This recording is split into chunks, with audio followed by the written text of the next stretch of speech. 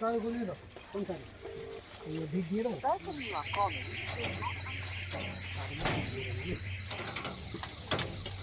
একটু ফাঁক করে লাগে এক সাইডে একটু ঢোকা যাবে ফাঁক করে ঘুরিয়ে দেওয়া যায় বাদ হবে না ওই বক্সের মধ্যে থাকবে লম্বা ছোটো করলে ভালো হবে তাহলে ওই বড় এতে কেটে না একটা চৌড়া আছে এতে তো ওই হাতে দিয়ে চলে যাবে